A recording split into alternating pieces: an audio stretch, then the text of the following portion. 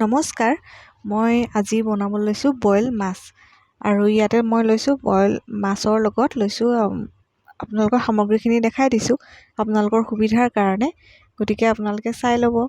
আজি মই প্ৰথম বনাব লৈছোঁ, সেইখিনি মই খুন্দি লৈছোঁ, গোটেইখিনি মিলাই পেলাই তাতে কি কি খুন্দিছোঁ সেইখিনি আপোনালোকক লিখি দিছোঁ। তাতে মই কেৰাহীত দিলোঁ, মাছখিনি দি পেলাই আপোনাৰ জলকীয়া দুটা পুৰি পেলাই সেইটো মই দি দিলোঁ।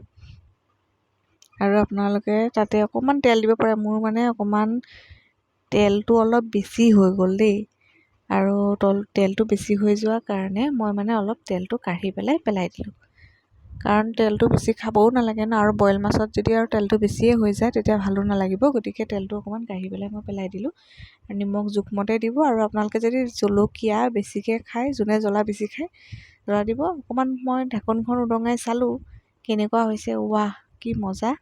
আৰু তাতে মই দি দিলোঁ মান ধনিয়া পাত, আৰু মই দিলোঁ অলপ পিঠাগুড়ি, মানে চাউলৰ গুড়াখিনি দিলে মানে অলপ গ্ৰেভি টাইপ হয়। সেইটো কাৰণে মই তাতে দি কাপ এটাত ল'লোঁ, লৈ পেলাই আপোনাৰ তাৰ পৰাই অলপ জোল লৈ পেলাই সেইখিনি মিলাই পেলাই তাতে মই দি দিলোঁ। আৰু চাওক, মোৰ হৈ গৈছে, এতিয়া খাবলৈ হৈয়ে গৈছে আৰু বেছি টাইম নাই। এয়া চাওক মোৰ বইল মাছ, আৰু মই এতিয়া গৰম গৰম ভাতৰ লগত পৰিৱেশন কৰিম। গতিকে মই মাছখিনি আপোনালোকক দেখুৱালোঁ, আপোনালোকে এবাৰ ট্ৰাই কৰি চাব। এয়া হ'ল মোৰ গৰম গৰম ভাতৰ লগত মই এয়া আপোনাৰ মাছটো দি দিম। আৰু আপোনালোকেও এবাৰ ট্ৰাই কৰি চাব, কেনেকুৱা লাগে মোক জনাব।